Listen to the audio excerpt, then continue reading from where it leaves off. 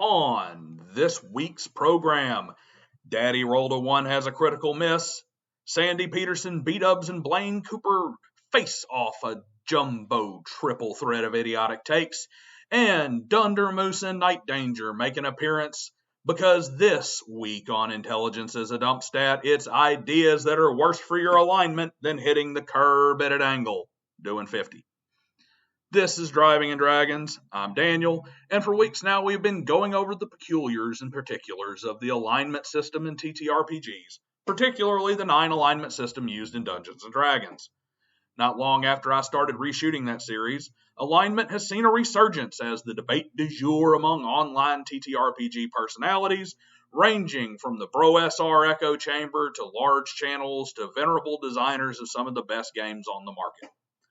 Along with that resurgence came the never-ending flood of moronic takes and plain misunderstandings of alignment in these games. Before we descend into the depths of dumbass, let's clear the housekeeping.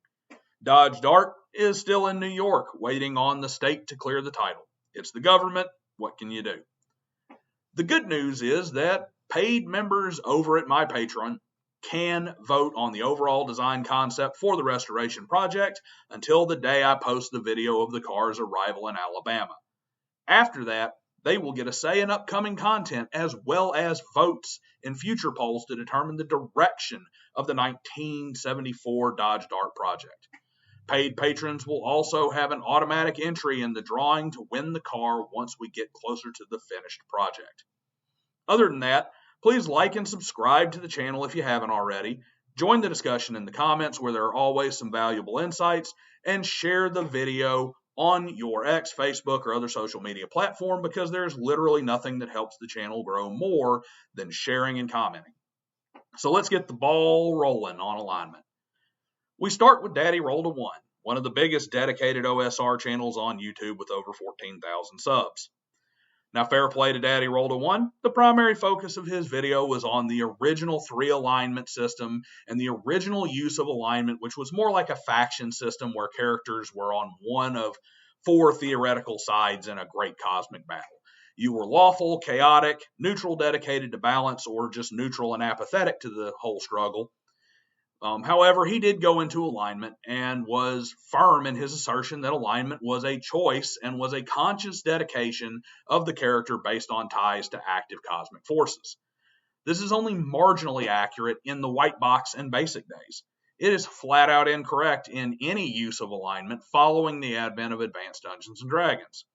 The idea that alignment is not about the core nature of a character's subconscious decision-making process is as flawed and openly contradicted by the designers as the idea that creatures and races don't have a natural inclination towards specific alignments, or that alignments are not objectively defined realities not subject to any form of individual relativism.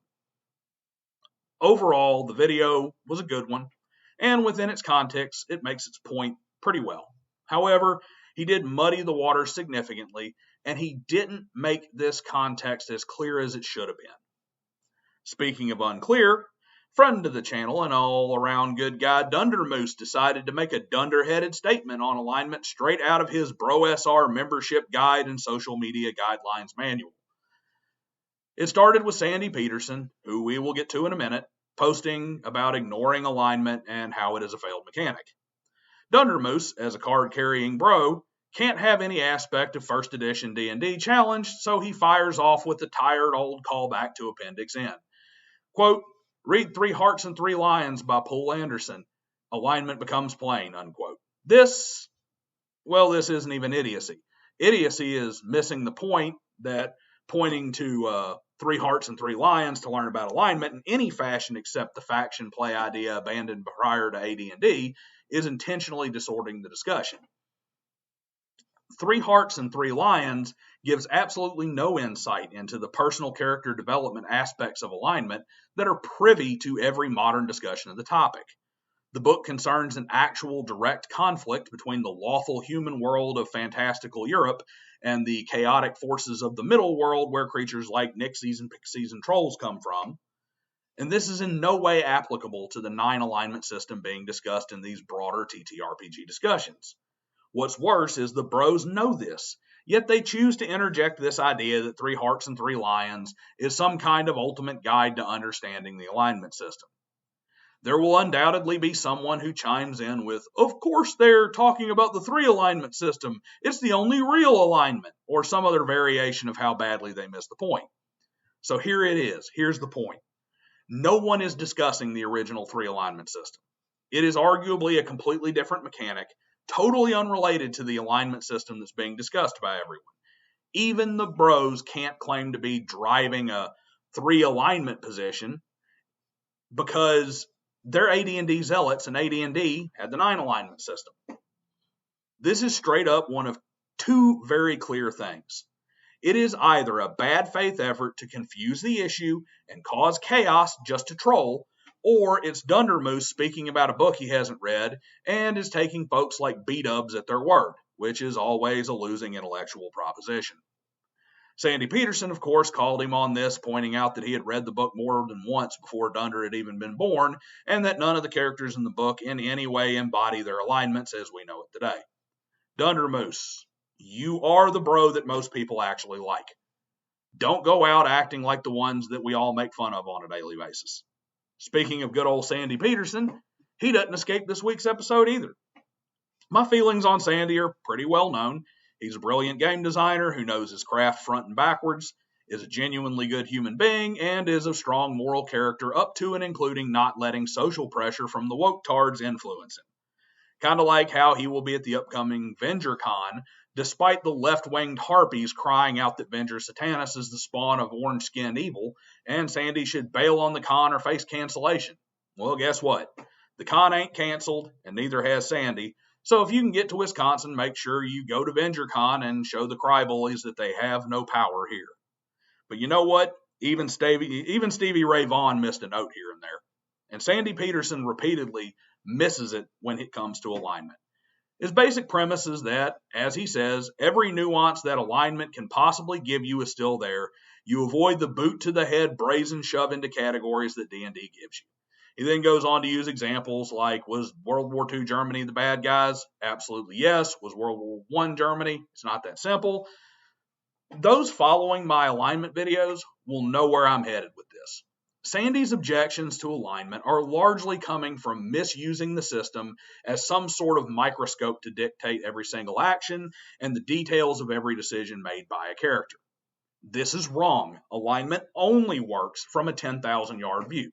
Yes, alignments themselves are hard, rigid, concrete definitions that are objectively presented, but they are very broad and largely relate to the way a character thinks and their views of the world, not what a character does in that world and actively thinks.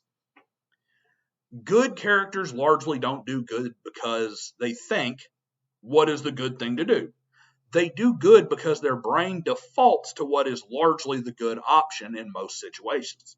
Good characters will still do bad things. It is simply that it is the default for their brain to logically arrive at the good aligned decisions in most situations. Sandy's decision to avoid alignment is not a bad one in and of itself. Alignment is so often misused and misunderstood, and frankly abused either intentionally or unintentionally by GMs, that throwing it out could simply be viewed as cutting away some good tissue to ensure that all the cancer is removed. But the comments he has made of late just miss the mark and make you wonder if his religious abstinence from caffeine leads to his brain being asleep when he makes these posts. Of course, Sandy spoke out against a facet of AD&D, so that means that the Emperor of Idiocy, ruler of the retards, and the Sultan of Stupid, B-dubs himself had to chime in. So what did Jeffro Jr. have to say? Alignment is essential to D&D play, and this is yet another reason not to play Call of Cthulhu. Is alignment essential? Well, that's a matter of opinion, largely based on playstyle, but I'd certainly agree that it enhances Dungeons & Dragons play. Another reason not to play Call of Cthulhu? This is just idiotic. Call is by most objective measures a superior system to any version of D&D, especially AD&D, which is a very flawed game. This is borne out by the popularity and staying power of Call of Cthulhu, which I would bet has a larger and more enduring worldwide player base than AD&D First Edition does. Even if you are of the opinion that AD&D is better, or that AD&D simply is better suited to the style of play you prefer, to hold the opinion that Call of Cthulhu is a bad game or is in fact, quote, not a game at all, unquote, as B-Dub has asserted in the past, is simply idiotic on the highest levels. Once again, B-Dubs establishes dominance in the low IQ Olympics. Last but not least, we have another entry from fellow gumbo aficionado NightDanger. He comes in with a post that is as questionable as putting okra in your gumbo pot. Law, order, and good are synonyms, as are evil, chaos, and disorder. Alignment can be reduced to ought and ought not be. This is yet another bro-style over-reduction that misses the point of alignment pretty cleanly. Yes, alignment can be reduced down to pretty simple statements as surface-level practice. However, there are 9 alignments, each with their own specific definition and thus their own reductive specific statement. And none of the 9 are synonymous with any of the others. Even the good and lawful good and chaotic good are fundamentally altered by the difference in the thought process driven by law and chaos. Understand this first to understand the 9 alignments. Each alignment is its own singular philosophy. Lawful good is lawful good. It is not lawful and good. It isn't a lawful neutral character who is also good, nor vice versa. What NightDanger has done here is get it wrong on 2 levels. He not only separates the segments of the alignments, he conflates completely independent concepts. It seems the danger is in taking the TTRPG takes that he posts each night at face value. There's this week's piece of general life advice. Trust but verify. Before you run off taking some online pundit statements into practice, do a little digging to see how well they hold up, because this statement by NightDanger falls apart like a house of cards in a hurricane. That's what I've got this week, folks. I look forward to seeing you later this week when we get free-spirited and embrace the chaos in our series on alignment. Till then, drive safe and enjoy the end of spring, and I'll see you guys next time.